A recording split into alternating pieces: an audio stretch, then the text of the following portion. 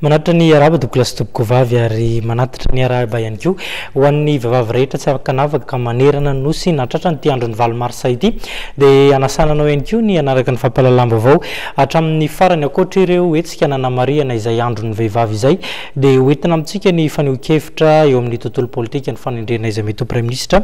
ny fanehoan-kevitry ny olom-pirenena sendra ny mpanao gazety ny andalam-be teny makasika ny asa miandry ny PDS ny tanàna Antananarivo renivohitra izay andray ny asany amin'ny latsanainy ho avy zao teny amin'ny fonjana Tamora omaly no ny santarany vadiny filoham-pirenena Ramatovoangy Rajaonarimampianina ny fanamariana ny 20 mars ato anatin'ity fanadihadiana voalohany tilo dia andeha raha antsika ny zava-misy eny amin'ny fonjabeana Tamora eny ny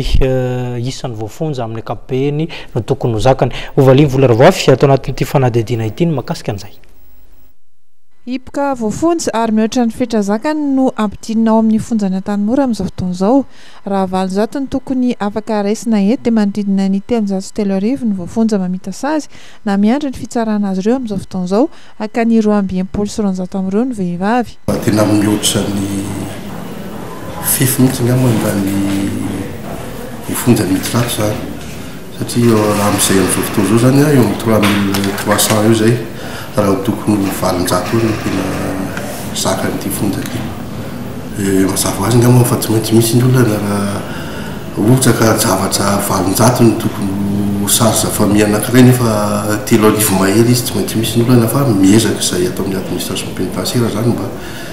ahafahana feno ireo zavatra